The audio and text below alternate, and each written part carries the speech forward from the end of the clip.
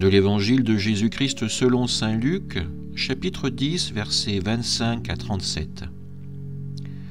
En ce temps-là, un docteur de la loi se leva et mit Jésus à l'épreuve en disant « Maître, que dois-je faire pour avoir en héritage la vie éternelle ?» Jésus lui demanda « Dans la loi, qu'y a-t-il d'écrit et comment lis-tu » L'autre répondit « Tu aimeras le Seigneur ton Dieu de tout ton cœur, de toute ton âme, de toute ta force et de toute ton intelligence, et ton prochain comme toi-même. » Jésus lui dit « Tu as répondu correctement, fais ainsi et tu vivras. » Mais lui, voulant se justifier, dit à Jésus « Et qui est mon prochain ?» Jésus reprit la parole. Un homme descendait de Jérusalem à Jéricho, et il tomba sur des bandits. Ceux-ci, après l'avoir dépouillé et roué de coups, s'en allèrent, le laissant à moitié mort. Par hasard, un prêtre descendait par ce chemin. Il le vit et passa de l'autre côté. De même, un lévite arriva à cet endroit. Il le vit et passa de l'autre côté.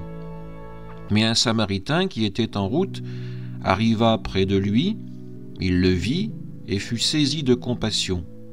Il s'approcha et pansa ses blessures en y versant de l'huile et du vin. Puis il le chargea sur sa propre monture, le conduisit dans une auberge et prit soin de lui. Le lendemain, il sortit 2 pièces d'argent, les donna à l'aubergiste en lui disant « Prends soin de lui.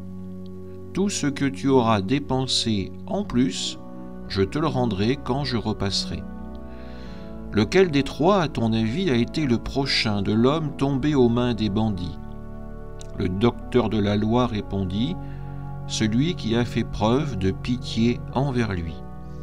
Jésus lui dit, va, et toi aussi fais de même. Acclamons la parole de Dieu. Frères et sœurs, l'évangile de Jésus selon saint Luc nous invite à méditer aujourd'hui sur une question essentielle. Qui est mon prochain?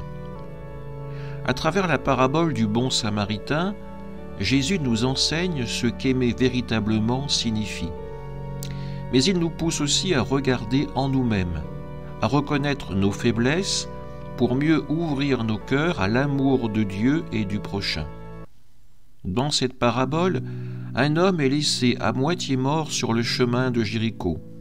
Un prêtre et un lévite passent, mais ils détournent les yeux. Peut-être ont-ils peur de se rendre impurs, peut-être se sentent-ils trop importants pour s'arrêter, nous ne savons pas.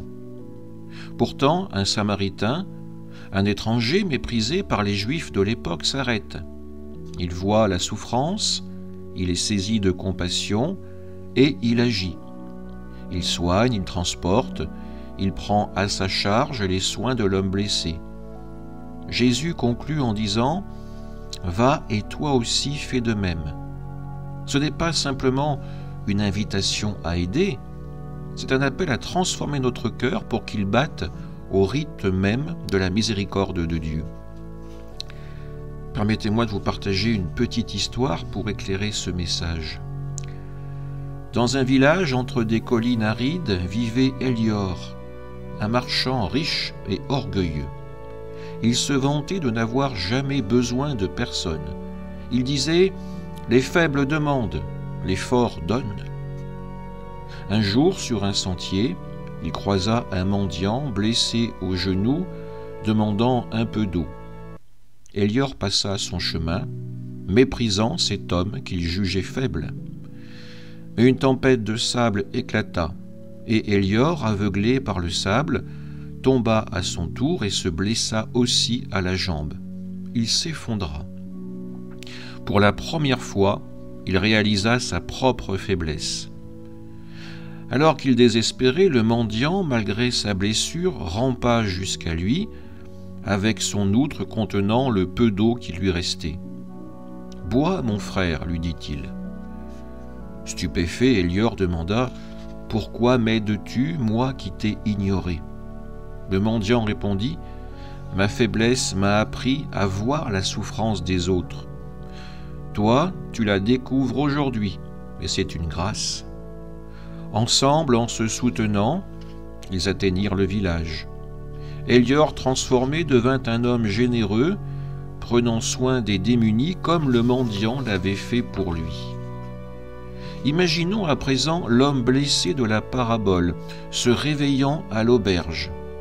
Il apprend que son sauveur n'est pas un prêtre, ni un lévite, mais un samaritain, quelqu'un qu'il aurait peut-être lui-même méprisé. Cette découverte brise ses certitudes.